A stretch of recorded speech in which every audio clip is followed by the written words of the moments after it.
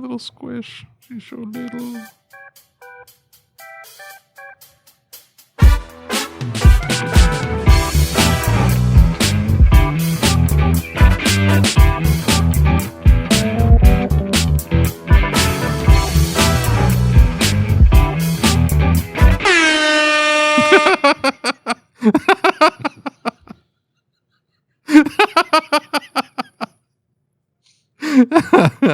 I feel like we could say some stupid shit and like,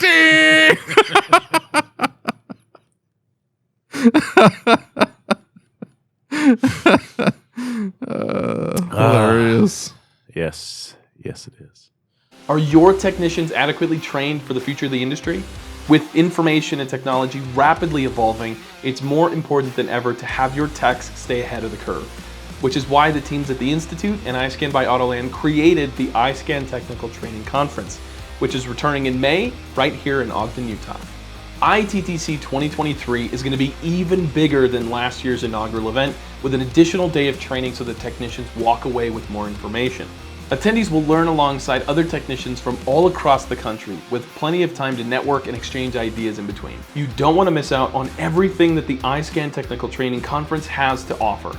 Register online now so that you can be a part of one of the best technical events of 2023. We'll see you guys at ITTC 2023.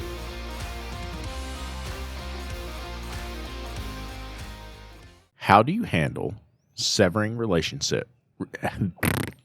Start over.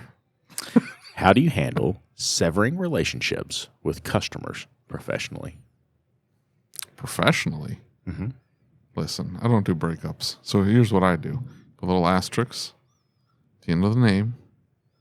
Tell them goodbye. And then anytime they call, we're 6 months out, sorry. Yeah. They will set the appointment sometimes. They don't show up. I kind of do the same thing, right? We put the asterisks, and then we're very busy. Very busy. In the same respect, there's been a couple times where I've had to be like, this can't happen. I've told you about it. Perfect example. Gentleman, local business person, right? And there's signs and symptoms of someone who's unstable. Okay. And it does not matter what your political beliefs are. If somebody is radical on any side of any argument, they're going to be radical on every argument in some cases, right? Like if somebody is completely irrational with an argument they make, sure, they're not willing to hear a position. They're not willing to discuss a position. And this person will pull you off of the street, random person. Mm-hmm. I've got to tell you about blah, blah, blah, blah, blah. And it's an unjust thing. Mm-hmm. Can't believe it. We've been done this way. Mm-hmm. Right? That's a pretty good sign. This person's a little loony, right? And so I had this gentleman come in. We had worked on their cars a couple times. It was a husband and a wife. And she seemed very upset. She seemed very down and out. She seemed very depressed. And something just never felt right. And so she had brought her car in, and she came in one day and she was very happy. And she said, I've left my husband and I've decided to move on. And she was a completely different person. And she said, I would warn you that he talks about religious things. He talks about these things, but he's not a very good person. Mm-hmm. He's a very aggressive person. He's been physical, right? And I'm not asking questions. I'm standing there saying, "Oh, I hate to hear that," because I don't want to hear that about anybody, right? Sure. But I don't like facilitate the conversation. So she goes on her way. A few months later, he calls and says that the brakes are out on his vehicle, and so he brings the vehicle in, and he says, "I need you to look at my brakes." No problem. We look at his brakes, and he alerts me to the fact that he has a serious concern with how much I'm charging, that there's absolutely no reason to be charging over $300 for brakes. Everybody else in town charges $300 for brakes. He doesn't understand why I'm not charging $300 for brakes. I explain we've got bad calipers. Fluid is absolutely full of moisture, like all kinds of stuff here, right? Like to do this properly. And because it is a safety system, if this was anything else on your car, I would consider doing this differently. But a safety system, no. Right? When I do a safety system, the safety system is done right. I will make every concession I possibly can, but it's my job to make sure the car is safe. And I'm sorry, I can't do that in this case. And he says, well, I want to come pick it up. And so Ryan pushes the calipers back in, did not open the bleeders, and we had a discussion prior to pushing them back in that the reason we weren't going to open the bleeders is we'd recommended calipers because they were so rusty, there was just not enough bleeder. If we turned them, they were going to snap off, and then we're in a boat, and you know what I mean? And so we compress the calipers. Ryan goes to back the truck out when he pushes the brakes, and I mean this thing went from a beautiful, like mint condition pickup to trash in a year, right? When he goes to back out, he hits the brakes, and the truck won't stop.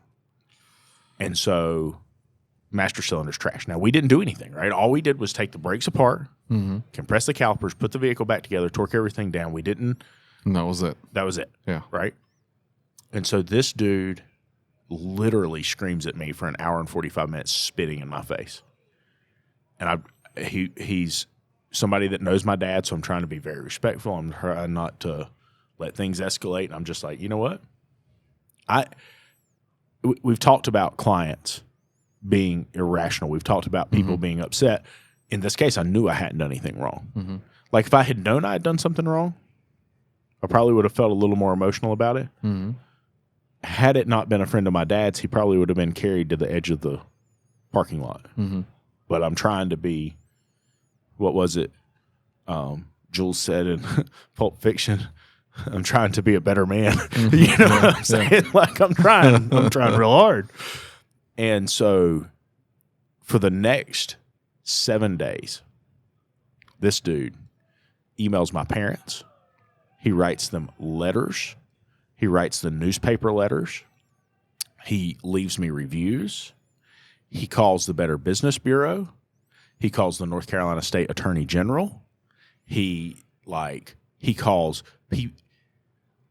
I started my shop, there was another person involved that he called them. Oh, no. Right? He called the N? Yeah. The N and L and N? Yeah. No. And so, and I found that out like later on from somebody else. And so this goes on for a while. And later on, he comes back in the shop like nothing's ever happened. And I said, and I paid for the master cylinder, right? I said, tow it somewhere and I'll pay for the master cylinder. And the tow truck driver came back and he's like, that dude's crazy. Yeah. He's like, I had to ride with him. You made me ride with him. Yeah. I'm like, I'm sorry, dude. He comes back and he's like, hey, Lucas, came in to get my annual oil service. No, you didn't. And he says, excuse me? I said, we're done here. I'm not doing this. I have no ill feelings. I'm not upset. I'm not anything. But I'm not doing this. You can't treat somebody like that. And I think that is the only instance where I've ever like had to openly say, I'm not doing this. Yeah. You know what I mean? I don't think I've ever had another instance where I had to like openly tell somebody, we're not working together anymore. Let them fade away. Yeah. Raise your prices. You know, most of those people, the bad ones, when you raise your prices, they're not coming back. I think if you've got people like that in your business, it's more of a situation that you're just not charging enough at all. Yeah. So if you're not charging enough for Diag or charging for Diag at all, rolling the Diag into the repair, you're not charging for multiple levels or multiple testing procedures during the diagnostic process, not charging appropriately to do the repair, like we talked about earlier with Eric. Like you're doing all these additional labor operations and not charging for any of it. You're just putting one labor operation on the line and then that's it. Everything's going to be done in that time. It's not realistic. if you're not doing all those things, those people will somehow find their way to your door. And that should be a perfect indicator that your prices are out of whack, Absolutely. out of line. Because those people tend to find the cheapest shops relative to the area, and they will flock to it. And, it's a cliche, like Eric was saying, it's a new business thing that, when I first opened up, I was giving away this and charging too little for that. And you would find these just problem customers. Never wanted to fix things properly. Hey, can you put stop leak in it this time for me? And, and it was always something. He hit me right in the feels last night. I mean, dude, like I hardcore felt that, right? Like when he said, like I went through the first year owner blues. Yeah. Like, well, what do you mean? He's like, oh, everything I owned was repossessed. Right? Yeah. Like, holy shit. Right? And because, I mean, like, if it hadn't been for my parents, that's where I would have been. Yeah. Right? And so, like, holy cow, I felt that. And you're exactly right. And those people will show up at your doorstep. And look. Used car lots? Yeah. Yeah. We talked to, I don't know if you talked to them, but nice couple out of Alabama. And they're like, we don't get enough customers and this, that, and the other. They end up showing me their shop. It is a nice shop. It's not a Taj Mahal, but it was like a really nice looking shop in a super busy street in a fairly grown, populous area. They should have been killing it. We dig in a little deeper. They're not answering the phones. Why aren't you answering the phones? Well, I'm tied up working on this car. Why are you tied up working on this car? Well, the people I've hired need help. Why do they need help? They don't really know what they're doing. It's because I'm paying them $10 an hour or whatever, right? So underskilled staff. That's don't do that. You're not answering the phone. So any kind of marketing you do is going to go for naught, right? It's waste. So that's a problem. What are you tied up on? What are you working on? Oh, this car lot down the street sends me tons of cars. Absolutely. Okay. No gross profit. $65 an hour. They provide the parts. Holy crap, dude. You can't make money doing that. Yeah. Well, they keep me busy. It's like, they're keeping you busy. You're not making any money. The whole thing, right? Like we talked about the deal. We've got a client in the shop right now who had warranty on tires. We went back and forth. We got an initial warranty calculation on the tires, and it turns out that he wanted more. So I'm like, hey, all I can do is send them to the manufacturer and see if they'll give you more, right? They never do, by the way. Oh, they ended up, they made a concession. I told him, I said, look, I cannot continue to use you if you can't do something to help. I said, it's clearly way under the mileage that they allotted for this. Yeah. And they said, yeah, but it's in the mountains and this and that. And I said, yeah, but that doesn't matter. The warranty's the warranty, right? Yeah.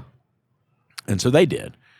And, the whole time, this has been a great client for years. The whole time, he's like, really, it's the tires are too expensive. It's that I cannot fix my brakes. That's too expensive. Can't you do something else? Can't you? He's never done this before, right? I got a notification a few minutes ago. He came and picked his truck up. He never became disrespectful. He never became argumentative. Yeah. He didn't turn into, right?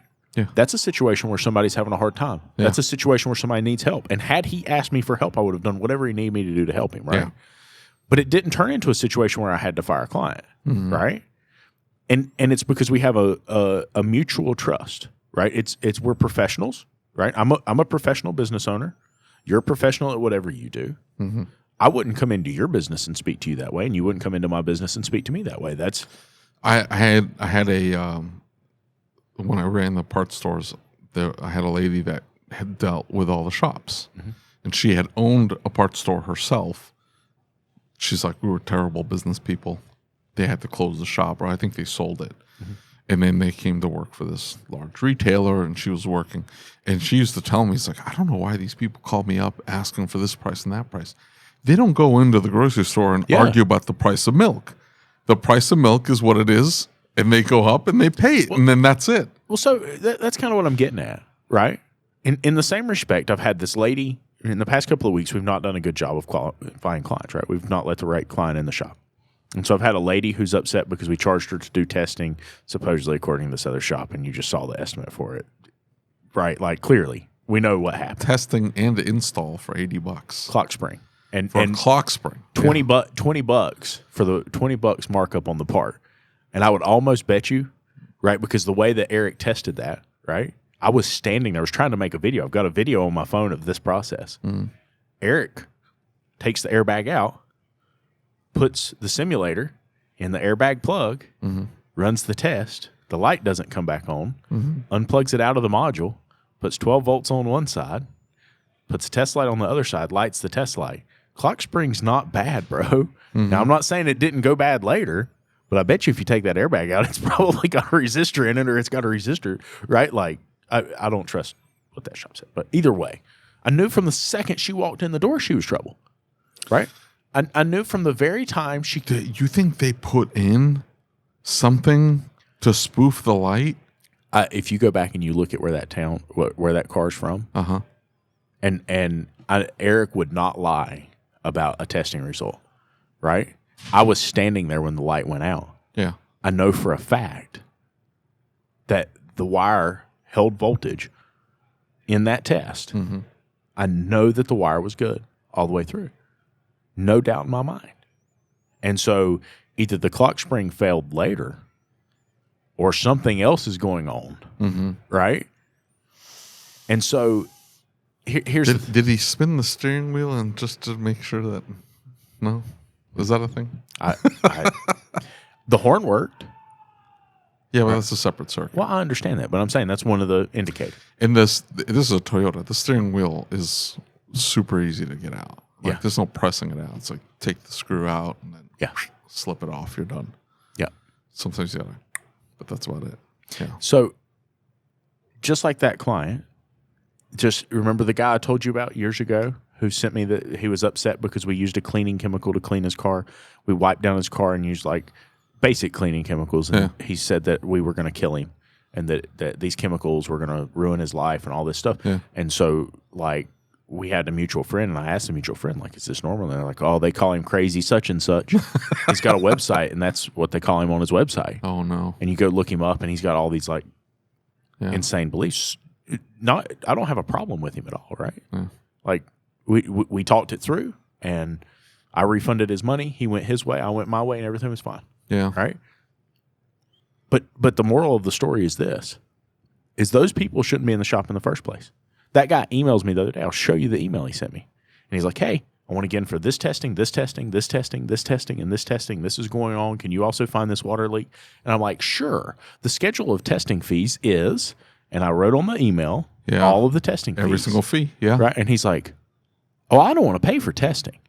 Yeah. I understand, but here's we've already been through this before. Yeah. Right? And so we had a mutual understanding. I think I'm going to go somewhere else. Okay. Great. See ya. Right? But shop owners get so hungry for work, especially starting out. They bring people in that they let toxic people in the business. They bring toxic technicians in the business. And I think that's something that's happening right now.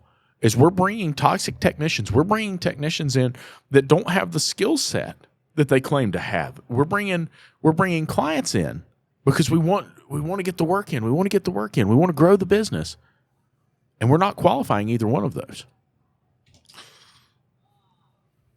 I question the whole technician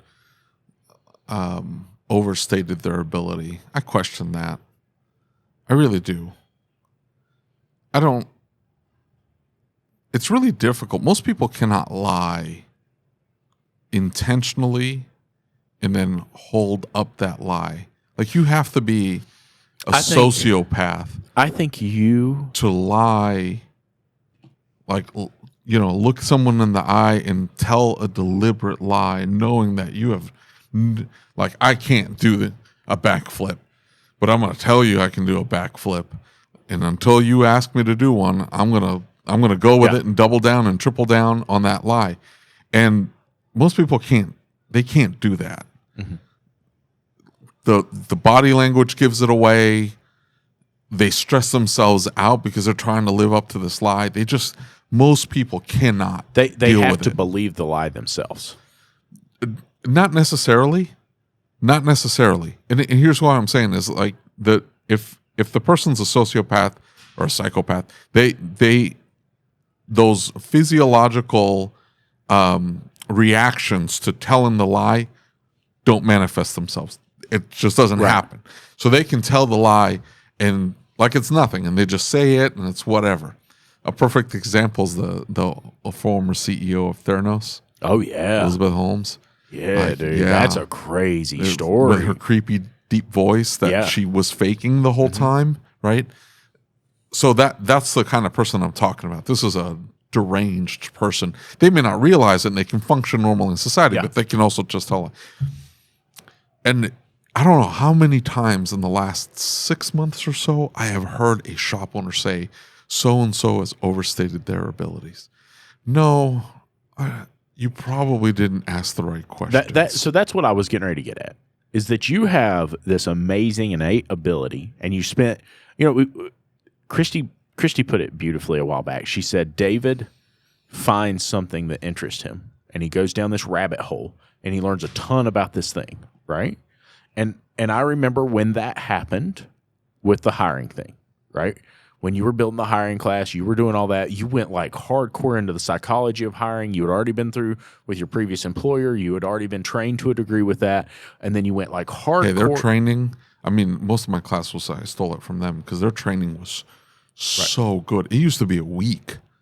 You had to spend a week on site, not online, on site, a week training on how to interview, how to go through the application process. Dude, they've dumbed this thing down to like 1 8-hour day, and then you ghost or shadow with someone, and then that's it. Now you're a hiring manager. Go. But here's the thing: is you have an innate ability even beyond that, right? Like it's not. It's not an innate ability. I've practiced. You are truly gifted in that area. It's practice, and that's what I'm saying. Like that's why I put the class out there. Like you have to practice this. This is like anything else. You have to be good at it. Yeah. In order to be good at it, you got to do it over and over and over and I over understand, and over again. But I'm saying like you put enough time into it. You invest. That's the difference. I've put enough time into it. Now all I'm saying is that when you are trying to bring somebody in, and you're willing to pay them a hefty salary, and it's somebody mission critical, it's somebody that's costing $35,000 a month to not have there. Yeah. Everybody puts on rose-colored glasses, and they hear what they want to hear. There's no way around it. You need somebody in that bay. Somebody comes in, they're like, yeah, I got a scope. It's like, oh, great. Can you do like CAN bus communication diagnostics? Absolutely. Oh, that's awesome, man. How about like in-depth ignition, like wave patterns and things like that? Yeah, no problem. Like what kind of cars have you worked on? I've worked on Toyotas and Subarus, and I've worked on some GM and a little bit of Euro. It's like, oh, okay, great. Hey, I need you to diagnose these 7 cars. Go. And the guy, and all of a sudden this guy's like, it's a Ford. Oh, okay, I can muddle through this. He's 6 hours into a bad scope or a bad coil because he doesn't want to do swaptronics. Right. And he's like, oh man, I just now he's doubting himself because he's like, I don't want to make this call because what if I'm wrong? Or they make the call a little too quick because they see all this work and they're like, I got to impress them. So I'm going to make this call. And they didn't go through checks and balances. I just went through it, right? I literally just went through it. Well, hold on. Now you had a Smashy Bear dealer tech. That was a different deal. I've told you not to hire dealer technicians. And I know everybody that sees this that's a dealer technician is going to get upset and be like, oh, I'm a great technician.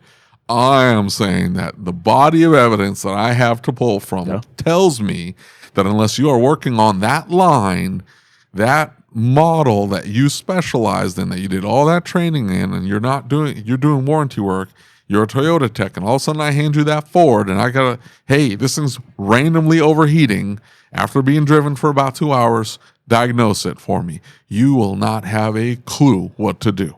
Yeah. Because you have just not had experience with it. It's not even that. It was the response, right? That was all ego. I don't think so. I think it was. Dude walked in thinking, I'm a master tech at this line, and all of a sudden he can't remember to put caliper bracket bolts back in. He was in his own head. Like, the dude obviously knew how to put caliper bracket bolts in and That's what I'm tighten saying, them. It was in his head. It was in his head. And now you questioning him makes him question himself. What's he going to do? He's going to go defensive and go, oh, hold on now. I'm not incompetent here. I know what the hell I'm doing. I've been doing this line here for 15 years. I'm a master tech at this line. You're telling me that I can't do brakes all of a sudden? And you're like, whoa, it's not that I'm saying that. It's that you left the flipping caliper brackets loose. What the hell? That turns into a clash. You know, you say something when you talk about the scope, right? And it worries me because I've seen it so many times, right? I see it with Eric, and Eric knows this. Like, I'm not afraid to say this because Eric and I have talked about this. Always got to pull the scope out. Always got to feel like I'm doing some advanced testing.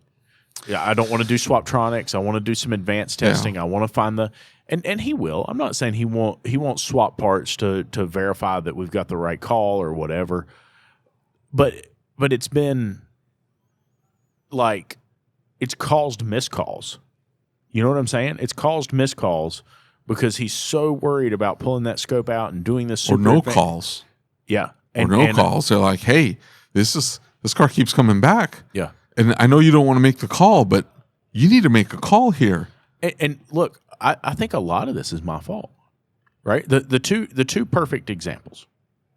Okay, the mod chat group knows about this. A couple weeks ago, Mitsubishi comes in, right?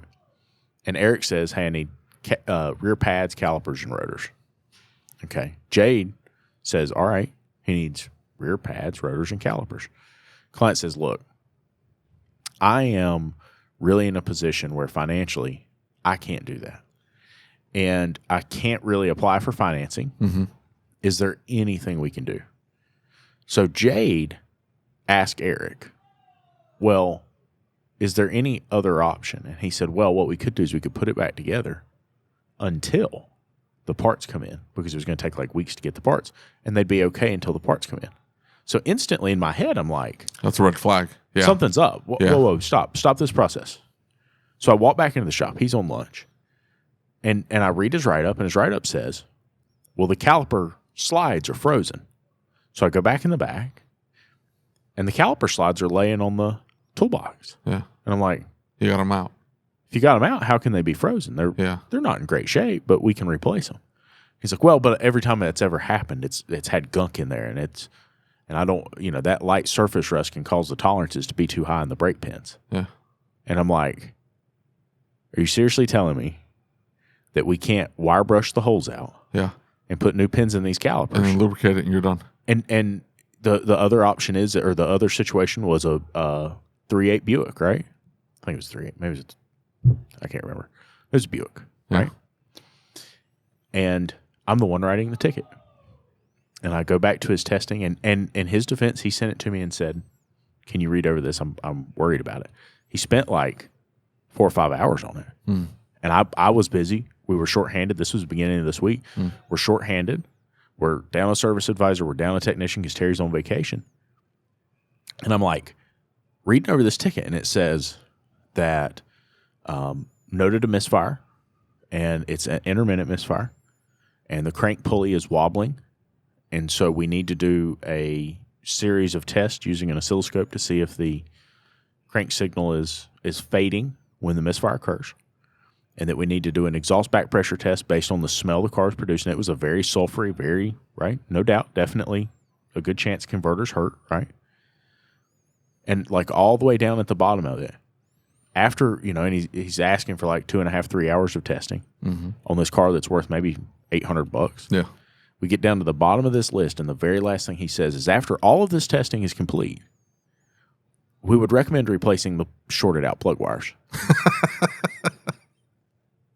And I'm like hyperventilating. Yeah. I'm like, what? And I recognize that I've caused some of this because I've told them that I caused it, and it's not just you. I think the whole we talked about this. The whole idea behind diagnostician has been put on this pedestal. We talked about it in the last video. We talked about training. The idea of training has been put on this pedestal. And at the end of the day, all that matters is the car fixed? Yeah, That's exactly. That's all that matters. Right. And if we lose sight of that, right? Because like at the end of the day, what does a business do? It serves its client. Yeah. Right. And so we talk so much about raising your rates. We talk so much about knowing how to fix the car properly and doing all these things. It doesn't really matter if that's not what the client wanted. And I please don't misunderstand where I'm going with that. Yeah, but the other thing too is, if I had that Buick in my shop, the first thing, and I handed it to one of my techs, the first thing they'd do is look up at me and go, are you serious? Are we working on this? This old, 2001 Buick Century with a 3.1, and it's leaking from a whole bunch of places, and it's a little rusty in the back. And they would look at me and they'd go, "Oh, are we really working on this?" And you go, "Yeah, what's wrong? It's within the model range that I'm going to find thousands of dollars wrong with it." It's like, okay, then find thousands of dollars wrong with it. We'll present it to the customer. And if they don't buy it, they don't buy it. It is what it is. Oh, you expect me to work on this and this, that, and the other? It's like, what are we doing here? Yeah. Are we just like pulling in your flavor of car and only your flavor of car and only the situation that you want and only a customer that's willing to pay 6 hours a diag and only this and all, and some of that is a result of us going, that's not your customer and this, that, and the other. Yep. And that's not, I think that's an over exaggeration of what we try to espouse. That's not entirely accurate. Right. You're absolutely right. We're here to serve. Some customers are unreasonable and don't value what we do, and those people shouldn't come to us because they want a matter of convenience. I told you about the guy who called and said, "Hey," he left me a voicemail. Did I tell you this? I think I told you. I think I told you this. You started laughing. This guy calls at like 7:30 or something like that. And before we open, because we open at 8:30, and he leaves me a voicemail, goes, I don't think I'm going to use you guys. I've lost faith in you. I can't believe you guys open at 8:30 and not 7 like I thought. Those are almost banker's hours. And okay, that guy wants to be at a shop at 7 a.m. to bring his car in. That's not us. Yeah. We're open 8:30 to 5:30 Monday through Friday, and then that's it. Yeah. It's because we have kids and lives, and we have things we got to do in the morning, and we cannot be there consistently before 8:30. So 8:30 became the time. And that customer is not my customer because what he values is not what I can provide. Yeah, absolutely. But it has nothing to do with the kind of car that he drives or how much he's willing to spend or how much money he's got. That has nothing to do with it.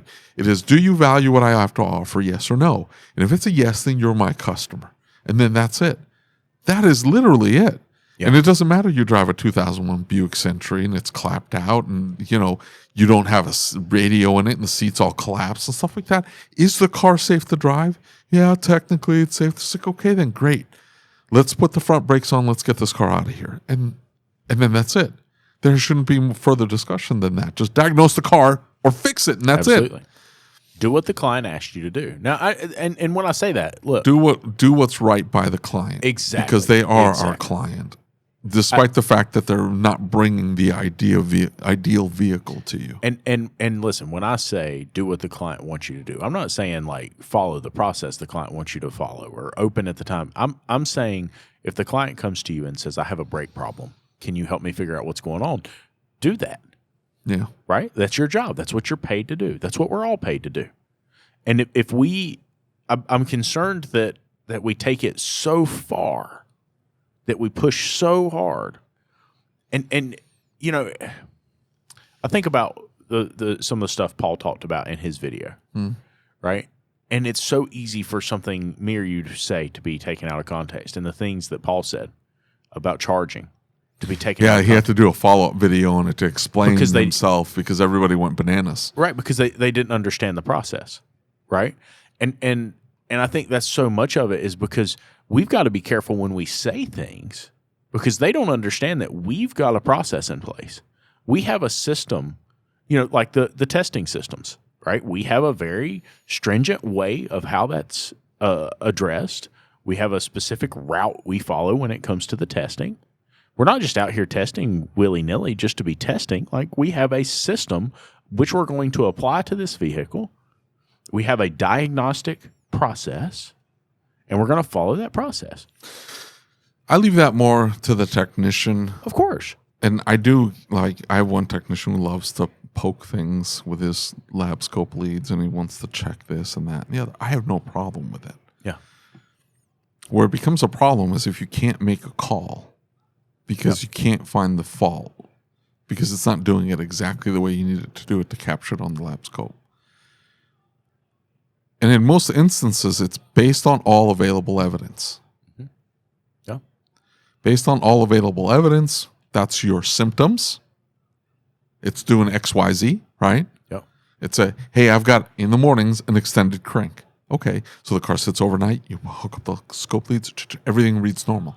It's like, okay, but we have an extended crank. We got a crank sensor code that's coming on here and there. We got good power, we got good ground, we got a good signal to the PCM. Let's make the call. Right. And here's the thing that I say in my shop, though, right? I'm okay with that call. I don't have a problem at all with that call. Based on all available evidence, you've done your due diligence. You may not have caught the glitch on the scope, Absolutely. But you've done your due diligence. Absolutely. But there's a caveat. We have to tell the client. We have to educate the client about that. Here's what we've done. Here's the testing we've done. Yeah. Here's the extent we went to, right? And you know. But that's a conversation with the customer. Of course. The problem is that the technician is timid to make the call because so it's they like, just hey, drag it on forever. They drag it on, or they give the customer back the vehicle, and it's like, why are we giving this customer back the vehicle without a repair? Well, we didn't capture the glitch, or we couldn't duplicate the problem. It's like, okay, but the check engine light's still on. Let's get the check engine light fixed. Yeah, but I can't make the call. No, you can make the call, dear. You can make the call. Do you think that technicians will listen to this and they will say, you guys say that. You're saying that, but I have a concern that you would not feel that way if we did a repair and it didn't fix the car. Or you would not feel that way in other extenuating circumstances. You say that now, but all of a sudden after 5 or 6 cars go through and we've made these calls and it didn't fix the car and the client's upset, you guys are going to change your mind. I would say that I will change my mind if we have not done our due diligence. Okay. You see what I'm saying? Yep.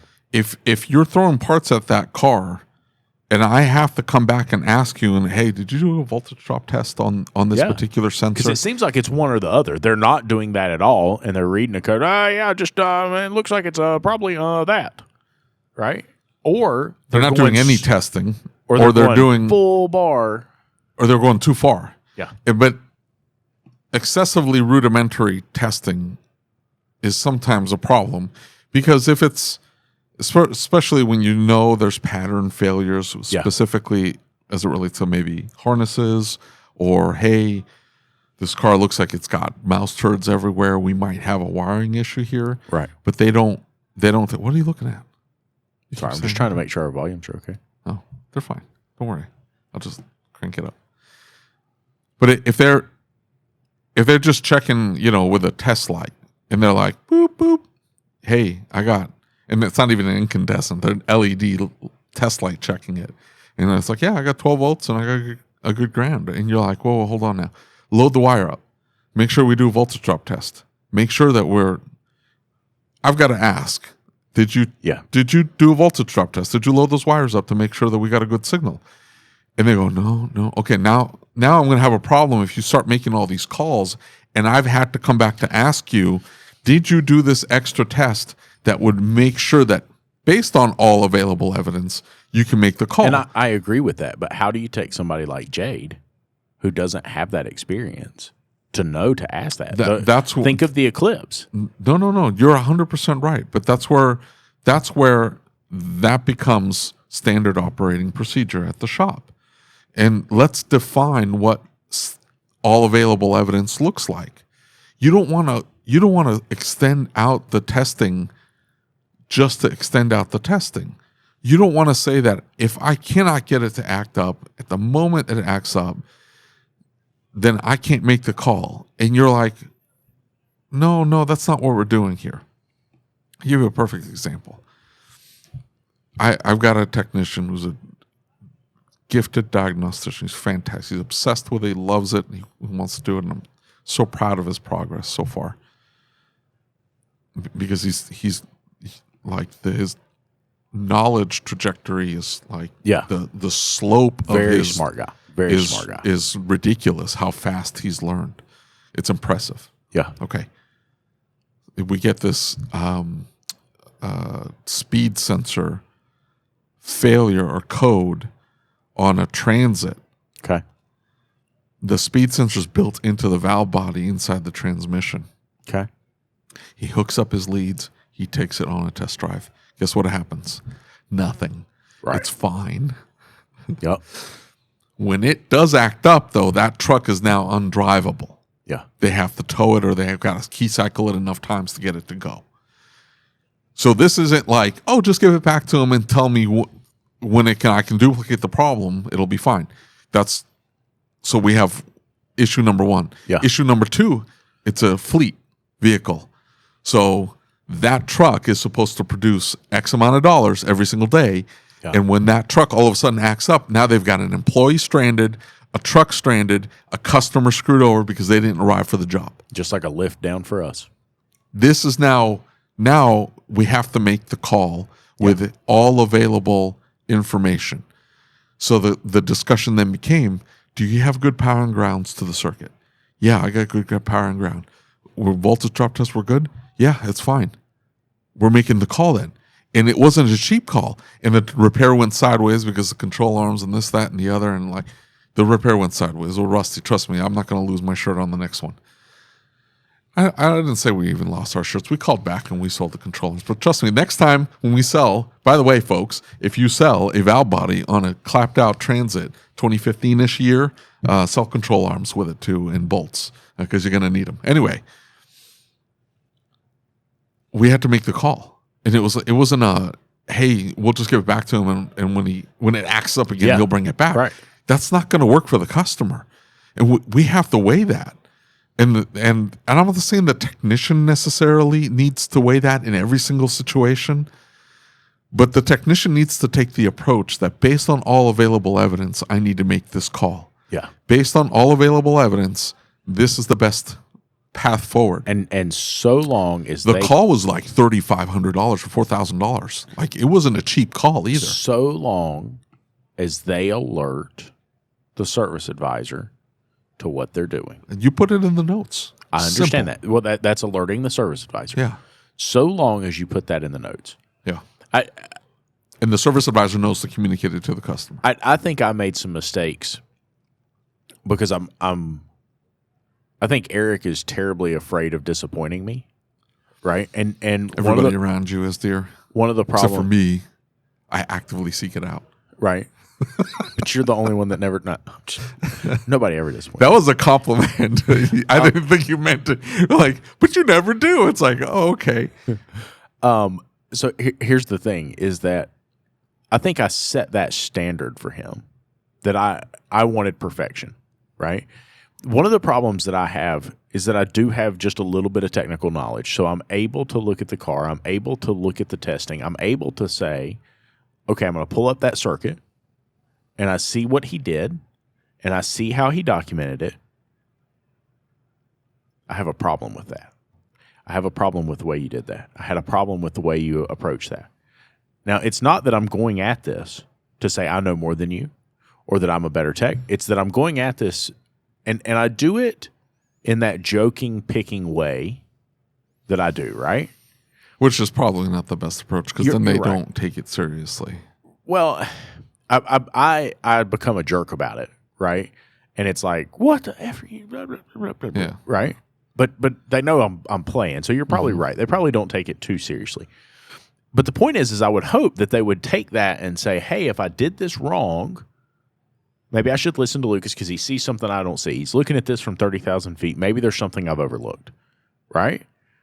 Instead, what it's done is it's made it to where he's afraid to make any call at all. Yeah. And so it's like and I want them to document everything they see. Don't misunderstand. I'm not saying I don't want you to document that it's got a crank pulley wobbling or that it's got this. But let's use a little bit of common sense. Let's start with the most likely concerns first. Mm-hmm. Let's deal with the things that are obvious first. Let's have some trajectory here where we can move forward.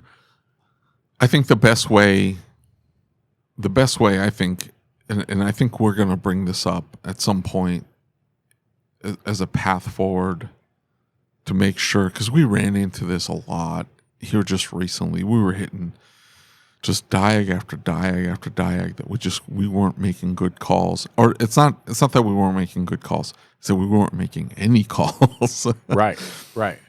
And I think the best path forward is to go, if this was your vehicle or your mom's vehicle, Absolutely. what would you do? Absolutely. Oh, I'd throw a sensor in it and call it good. Yeah.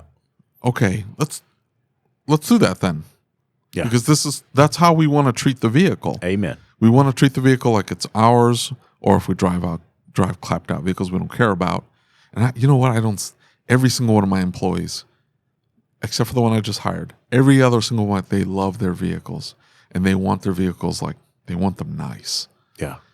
And so, in their own quirky manner, but we need to start approaching it in that way, going, that check engine light's on. You're going to check it for power and ground. You're going to even do a voltage drop test.